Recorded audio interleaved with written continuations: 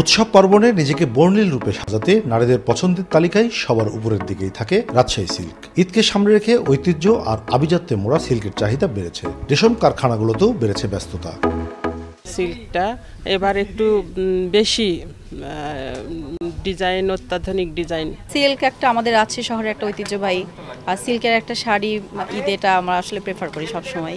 আমাদের একটা নিজস্ব বাংলাদেশের দেশীয় প্রোডাক্ট, এটা বিদেশ থেকে কিছুই আসে না। প্রতিবারের মতো এবারও আবহাওয়া ও ক্রেতার চাহিদা মাথায় রেখে র সিল্ক, বলাকা, তসর, মটকা, ক্রাফট ও স্টোনের উপর শাড়ি থাকছে রেশম পল্লীতে। মসলিন সিল্কটার পরে দেখছি প্রথম থেকেই বেশ চাহিদা চলছে আর কি। এর মধ্যে বলাকা সিল্কের পরে কাজ, সফট সিল্ক, আর্ট পিন, এখানে বেশ ভালোই ডিমান্ড। আমাদের খুব সুন্দর এবার প্রত্যাশার প্রাপ্তি ঘটবে। তারপরে তো দেখছেন এই লোকজনের আনাগোনা এগুলো মিলে ভালো। সিল্ক পল্লীতে ক্রেতার আনাগোনা বাড়ছে, তবে 15 রমজানের পর ব্যবসা জমজমাট হবে আশা ব্যবসায়ীদের। বৃশ্চিক এলাকায় যে রমরমা যে ব্যবসাটা, সেটা এখনো পর্যন্ত শুরু হয়নি।